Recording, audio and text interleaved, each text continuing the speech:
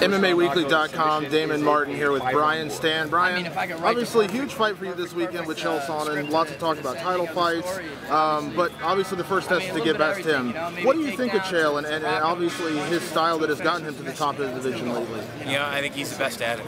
I haven't seen anybody be so dominant over the body of their career with wrestling and ground and pound as he has. It's it's tremendous to watch his fights. Even the fights he's lost, he's been dominating. So, he's got a significant puzzle that I have to figure out. I think I've prepared very well to the best of my ability, and I believe I have the tools to beat him on Saturday night. Everybody looks at this fight and looks specifically at his wrestling versus your takedown defense. Now, I know the fight goes a lot different areas than that, but how much have you worked on your wrestling, and how much confidence do you have going into this to defend his takedowns? I've worked on my wrestling a tremendous amount, and in the last 2 years, it's really been the main focal point of my training camps, and even in between training. I'm always working my wrestling, knowing that I have to catch up to these guys that are doing their entire lives. Now, I'm not going to out-wrestle Chael Sonnen on Saturday. I have to neutralize him enough to create opportunities where I can hit him. It's going to be very difficult to beat a Chael Sonnen by points. So I'm realistic, and I'm going to try and finish this fight every single time I get a chance. So I got to create opportunities and openings. I don't need a lot of space to create a tremendous amount of power, and that's what I'll be looking to do against Chael Sonnen. And I feel comfortable defending his takedown. Chael has used a little bit of mental warfare, in his past fights. With Nate Marquardt, did it.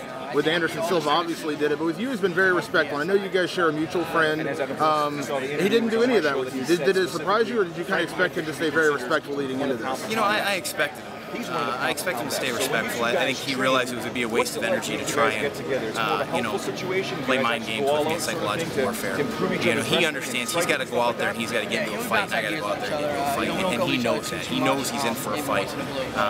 Maybe he's trying to believe everybody who's telling him this is going to be an easy fight for him, but I'm here to tell him it's not. And so it didn't surprise me at all. Chael's always been very respectful to me whenever we've met in person.